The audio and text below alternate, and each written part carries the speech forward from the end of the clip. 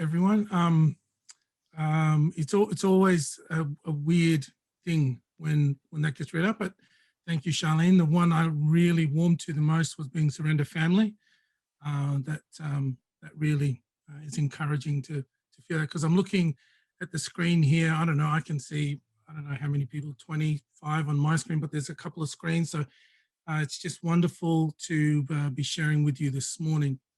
I'm coming to you from the Quandamooka coast, as it says on my thing in the Zoom land.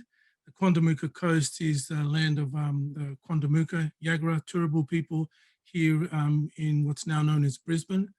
I live on the far eastern side, where for Quandamooka, Mianjin or Minjerribah, which is North Stradbroke Island. So that's just, I can't really see it, but if I climbed out on my roof and then I looked in that direction, then I would see it. But it's just down there. So again, my mum's from Cherbourg, dad's from Tweed Heads. So that connects me to this southeast Queensland corner, North New South Wales. So yes, last night was a big deal. I had part of my family in New South Wales, hoping that they would triumph, and the other part of my family just going, well, sorry about it. So, and for those of you who are glazed, I'm happy for you, but state of origin for New South Wales and Queensland people is a big deal. So I try to appreciate all sides in true ecumenical fashion.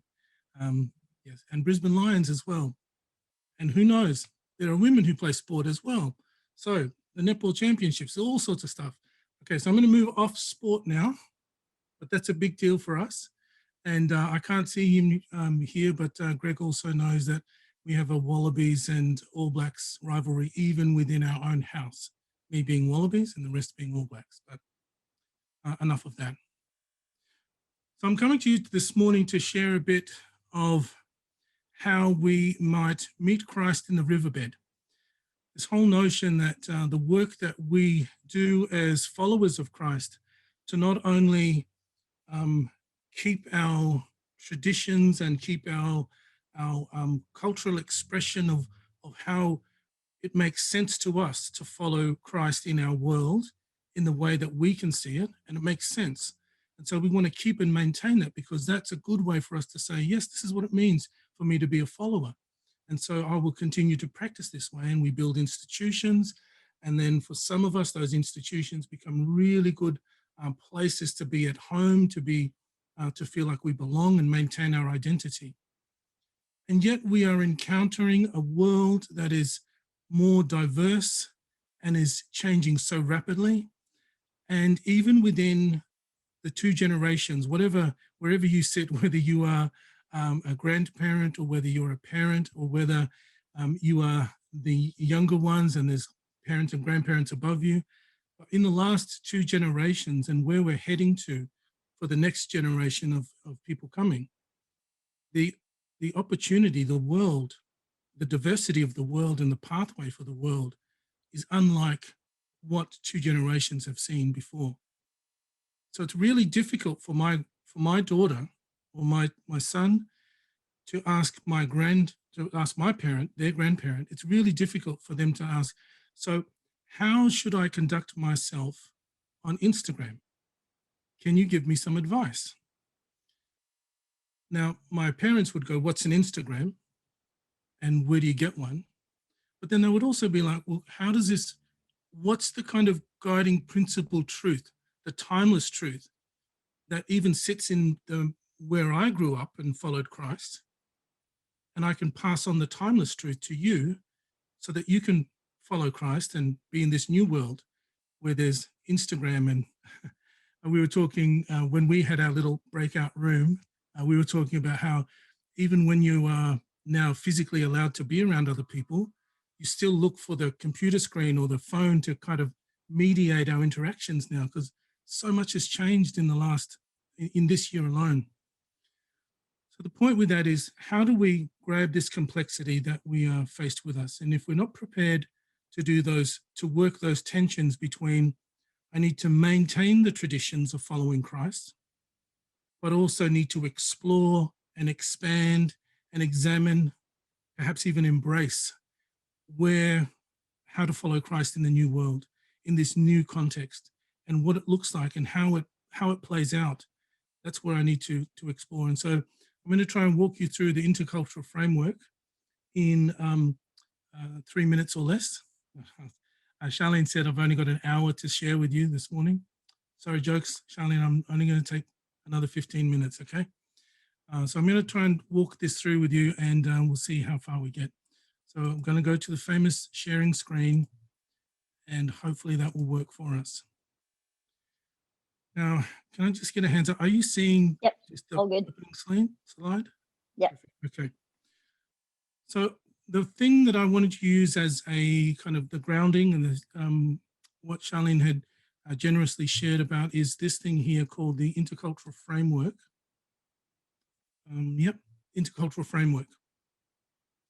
Intercultural Framework was developed 10 years ago now as a way to try and navigate the meeting of cultures. I discovered that in a lot of the reconciliation conversations that were happening around 2009, 2008, people were coming with very radically different purposes and intent on what would be a suitable outcome from their conversation. Some were looking for pragmatic outcomes. Some were looking for innovation. Some were looking just to, I'm just here to learn, to passively sit as a learner in the space, and I'm searching for teachers. And others were using the convening of a reconciliation space to do their caucusing work and to strengthen and build their strategy, for particularly for a Black agenda, for the First Nations agenda. But they were using this as a meeting point to do that work. So in mapping out the intercultural framework, I also tried to expand and to identify different spaces and what they meant. So I'm not going to go in depth into each one of these. I'm going to walk through, sorry, not on this slide, because partly because of the font, but you can go to the website and download this and have some fun with it. There's also some blog posts that we've done that go into a little bit more detail with that. But the intercultural framework is made up of this kind of background. The brown represents the kind of everyday life we live. And if you got on one side of the rectangle is one culture or one expression, and on the other side is another culture, another expression. And in the middle, this ochre river is a depiction of an ochre riverbed. And that's where you get that boundary line of the cultures. And it's like, okay, so on the other side are those people. And each of us in our own kind of everyday lives, in our own ways of living, we have a deep purple space that's a reminder of it reminds people of the longer memory and the deeper meanings. This is where for various cultures, they'll say, this is our story from the beginning of time. And for other cultures, they'll say, look, we know we've got ancestral stories. You know, somebody put those stones in those circular fashion in those fields in the UK. Somebody did that, and it was our ancestors, but we just don't know that story. But that's part of the deep purple memory. But it's also where we read in the biblical text, the deep purple memory is part of that, of Genesis 1 to 12. Is this is part of that story before anyone can really latch on to its temporal kind of timing history. But it sits there as this is the memory of the cosmos, of our relationship to all of creation and in creation. The blue space is of cultural practice. And this is where we invite people to rethink their practices to be more conscious and more mindful, or perhaps more aware. This is the space where you and I will perform and do things in a cultural practice point of view that maintains our sense of identity and belonging. So this is honestly where the rituals of Sunday fit. We will go through rituals on Sunday. We will prepare ourselves, go and be part of the fellowship of others who follow Christ in the way that has meaning and identity, just like we do. And we will go there and continue to do these practices because it will strengthen our identity. And the flippant and playful way I use the sports stuff is, again, this kind of cultural practice. For some, when I first moved to Victoria many years ago, it was like, who's your team? And I was like, oh, I don't have one. And the way people would look at me like, are you serious? How can you exist without a team? It's like, oh, right, I've got to engage into your cultural practice. I've got to find a team to belong, to feel like I can have meaningful conversations and, when I'm lining up for coffee, things like that. But this notion of cultural practice is not only just the everyday stuff and perhaps more or the spiritual kind of rituals, it's the cultural practice that we do and perform in our families because it means something. It's when our children say, why do we do this? And we say, we do this because. And we give a little explanation and then we tell them to move along. Or we give them an explanation. If you're like me, you start giving them a bigger explanation and you see them go, yeah, yeah, Dad, I wasn't asking for all of that. I just wanted to know, like, can you give me the short story to it? So this notion of the blue space is going to be quite important for us, and I'll come back to that in a second.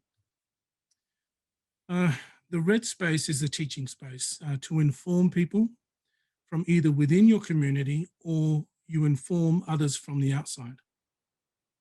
Teaching is where we lock in the doctrine. We communicate what our community believes. We communicate why our community believes this. We say, these are the things that will make you an honorable person in our community. These are the sorts of things that we accept, the sorts of things that are unacceptable. And we clothe the teaching of all the brown space in our deep memory, in our blue space. We clothe it and we name it and we lock it in the teaching space. If you've ever been, as an Australian, if you've ever had someone come to you from overseas and they look at the way we move around and then they go, so why do you do that? And if you've ever been caught with, oh, actually, I don't know, that's because we've had a lack of a red space connecting with our blue, deep purple and brown space. And it's like, oh, I don't know why we do that. We just do it. It's just what my parents said to me and it's what I've grown up with. It's just a thing. Now, sometimes you will meet cultures who, when you ask them, why do you do that? They'll say, oh, I can tell you why. It's because of this cultural practice and it's embedded in this deep story and it is part of our everyday tradition. So, whoa, that was quite succinct and clear. And I think this is why it's important for us to consider as followers of Christ in this red teaching space, because we need to think about, so what is the stuff that we are locking in as doctrine, locking in to say, these are the honorable and immovable parts of following Christ. But then there's other stuff that we can explore and examine and maybe even adopt and adapt to. Okay, so into the riverbed. Finding our place into this dry ochre riverbed, we find two spaces here. One is of the green space of innovation, where we gather people to dream and work towards new horizons. The yellow space is a pragmatic space where we bring people together to collaborate and make stuff happen. And in the context of the work that you were doing, that Surrender is doing in the world, meeting Christ in the riverbed is really important because it explores how we bring, in a pragmatic sense, what it means for us to be in the world, to be actually giving a sense of being alongside others in the world, being able to be the light and salt into the world by bringing that message and saying, I am with you to pragmatically address the systemic stuff that is injustice in the world. And so I am embracing the yellow space, and this is what it means for me to bring Christ into the world to be alongside you. Someone had joined our impromptu breakout room earlier on and talked about how their community centre was opening up for the first time in a long while. And just the importance of being able to present yourself, to be able to create a space where you can just be alongside people is really important. And that's the bringing of Christ into the world and being alongside people in contexts that we know, contexts that we understand, and in ways that we can say, this is what it means to be here. But the green space offers an opportunity to start doing innovation or the work of prophetic work in the world around us. The prophetic work that says, God does have a message to say to this emerging context. There is a truth to, in a world of relativism, in a world where power and dominant Twitter feeds seem to impact geopolitics. There is a truth here that in this world of innovation, in this world that's moving so rapidly, we can bring some of the ancient wisdom of following Christ into a world that is looking to discover a relationship with Christ afresh, looking to explore, examine, but then also perhaps even embrace different ways of seeing, following Christ in the world, ways that our grandparents may not recognize, ways that even us growing up may not recognize. But it is true to the tenets, true to the core principles, true to the deep memory of what it means to follow Christ in the world. And to push into this green space, we will need to work the tension between those of us who are part of maintaining the traditions of the church, maintaining the traditions of our religious order, our faith, our doctrines, maintaining that because it's worthwhile maintaining, but being prophetic and pushing into the spaces because the world has moved and our context has shifted, and Christ has to remain relevant and real into the world we're moving in. So either we will say, let's move away from that and go and park far away from the riverbed and set up camp there and say, oh no, that stuff down there, we got nothing to do with that. Or we take Christ with us and meet Christ when we get there in that dry riverbed.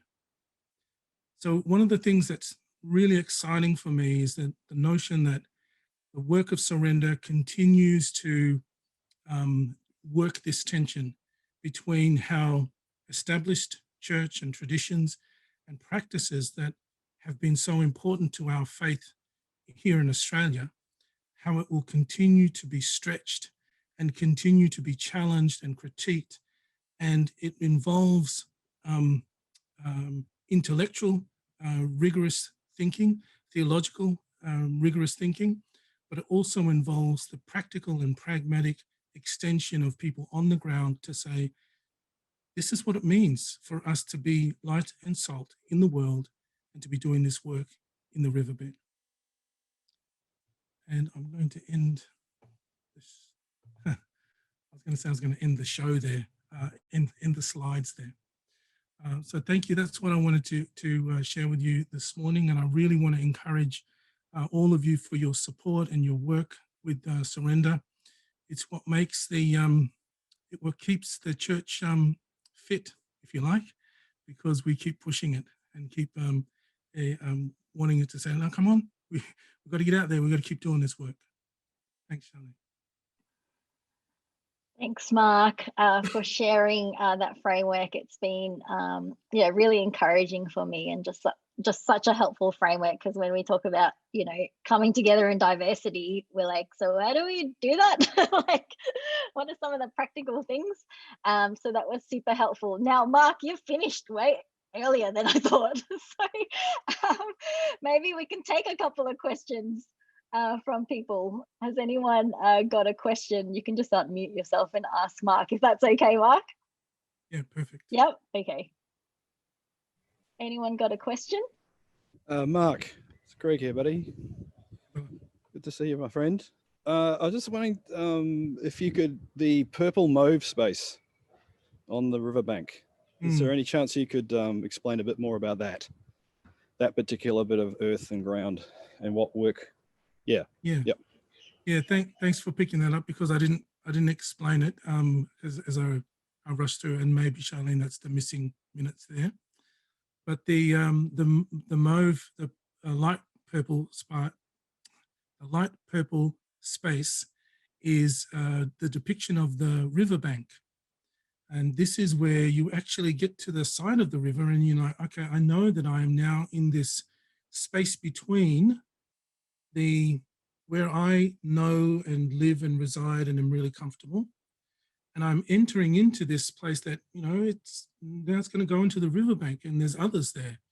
And there's a different way now. And so your consciousness, your heightened consciousness around, I'm entering into a cross-cultural or an intercultural or a liminal or VAR space. I'm entering into a space where it's like, there's a bit of both here, and I can now see them and hear them. And but I feel like I want to revert back to my own.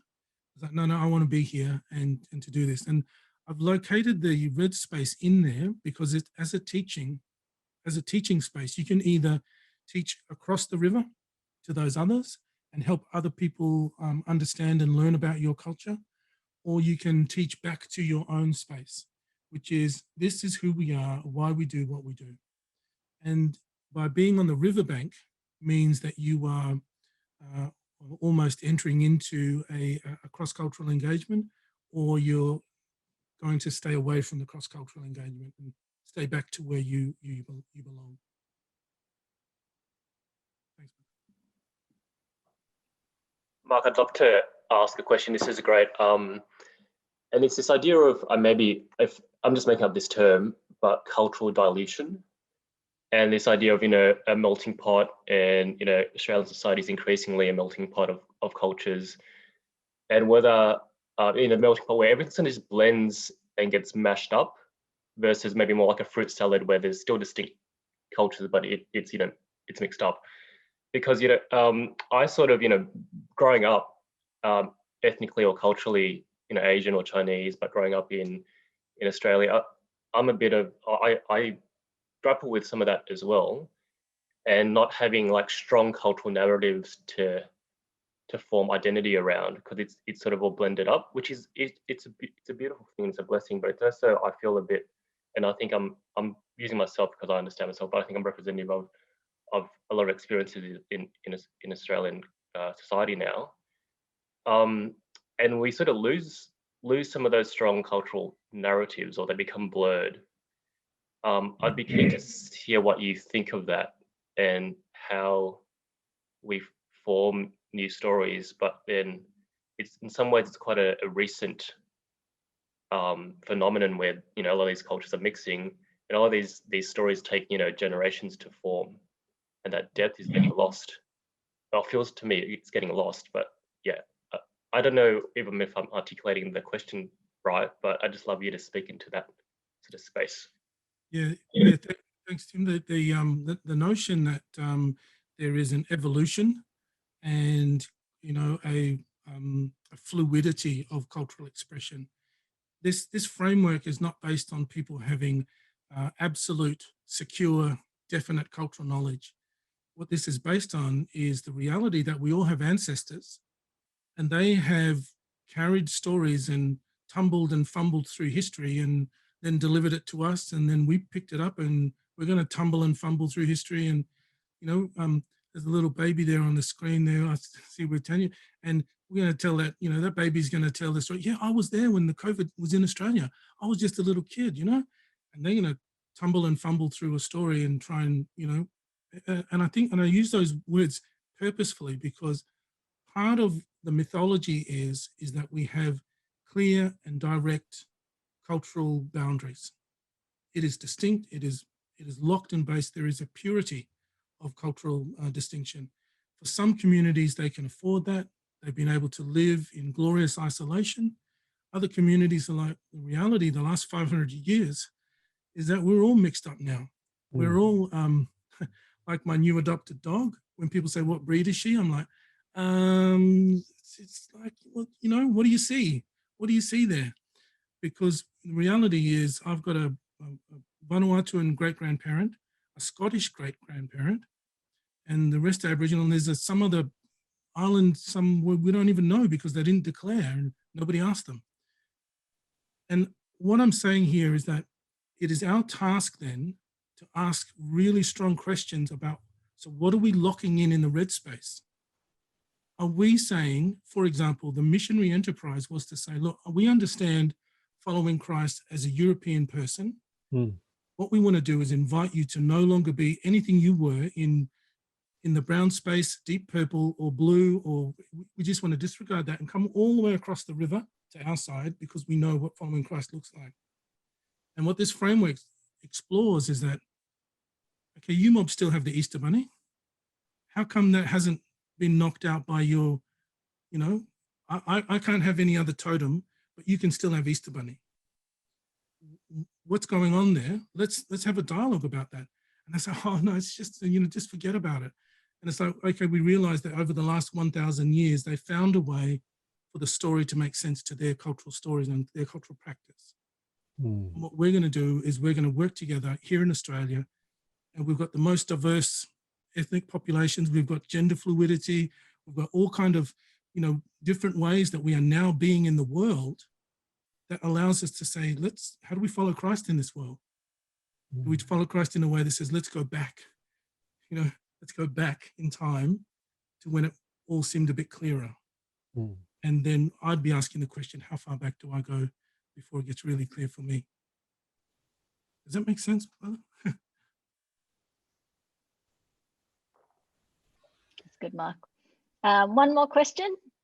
Mark, on Justin Yep, here. Justin. On your website, you said we're all ancient people with a deep memory, and it seems like we're discovering that we have forgotten, you know, in terms of those deep stories, and what you're describing seems to be an invitation to reflect on the cultures that we bring, and that it's a place, like there's a place of meeting, but also of learning.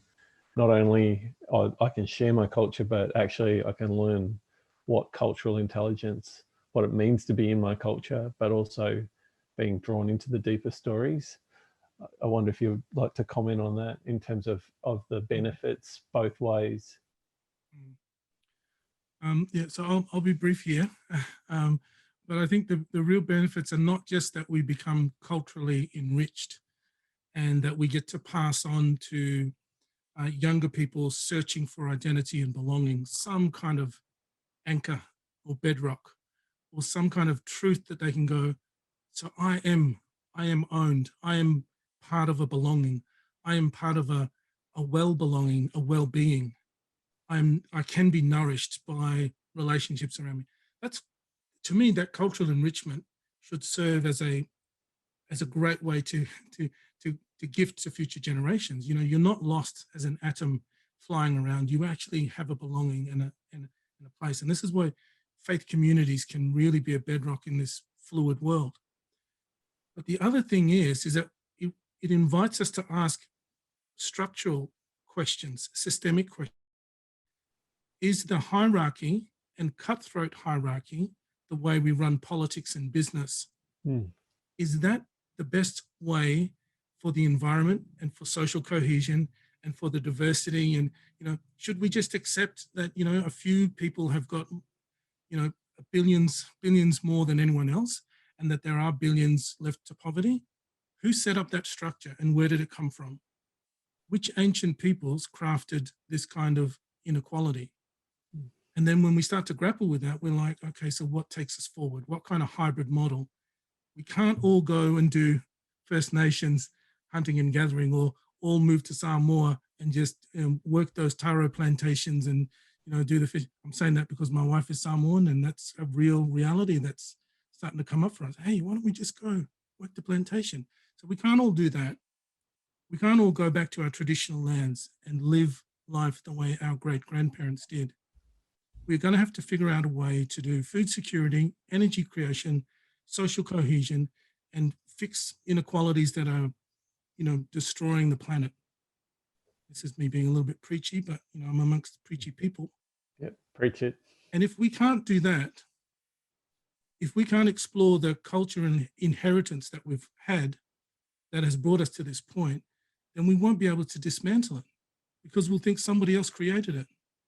But it's just, you know, and my last little preaching point there is that I think that there was an unnecessary evil, an evil that happened with the doctrine of discovery, that said certain Christians can take the lands of other human beings and all their natural resources and relegate them to perpetual slavery. Thus say the voice of God. And we as human beings, the whole globe is still it's unraveling that. I know that First Nations here, there are many people who are like, you know, it is just an unacceptable, cornerstone within the Christian faith, that was a real thing, and it's led us to where we are now. So we've got some work to do. So it's more than just a cultural gifting. It's about how do we reshape the world, literally. Wow. Thanks so much, Mark, for sharing. You can see why I wanted Mark to share on this. There's so much more depth and so many more things to explore. He's just touched on the doctrine of discovery. There's a few of us exploring how we bring that up in churches and how we look at unraveling that in systems and structures. But thank you so much, Mark. I'm gonna just put the link to Mark's website in the chat. So if you wanted to read a bit more deeper, some of the blog posts about those different colors, those spaces, Mark goes into a bit deeper. So have a look, contact Mark.